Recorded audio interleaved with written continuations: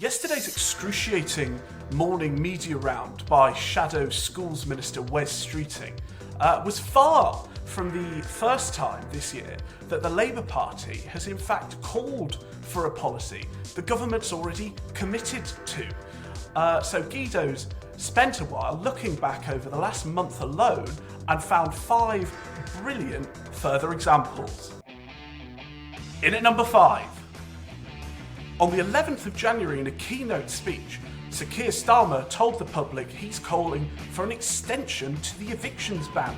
Just one problem: 3 days earlier, the government had already extended the evictions ban to the 8th of March.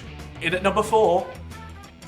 The same speech on the 11th of January, Keir Starmer called for families to be protected from council tax rises.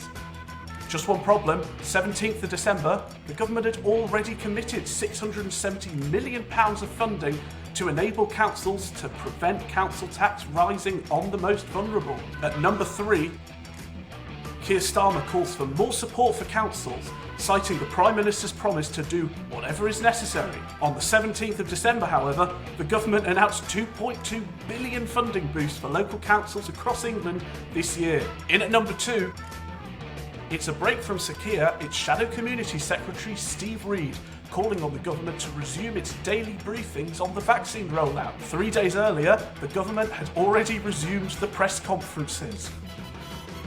And taking the top spot this week, Sir Keir Starmer calling for volunteers to help with the vaccine rollout, calling for an army of volunteers.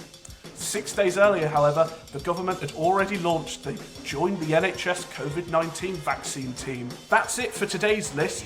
Mind you, it is only January, so perhaps we'll see you again this time in February for another list of Sir Keir Starmer plays Simon Says with the government.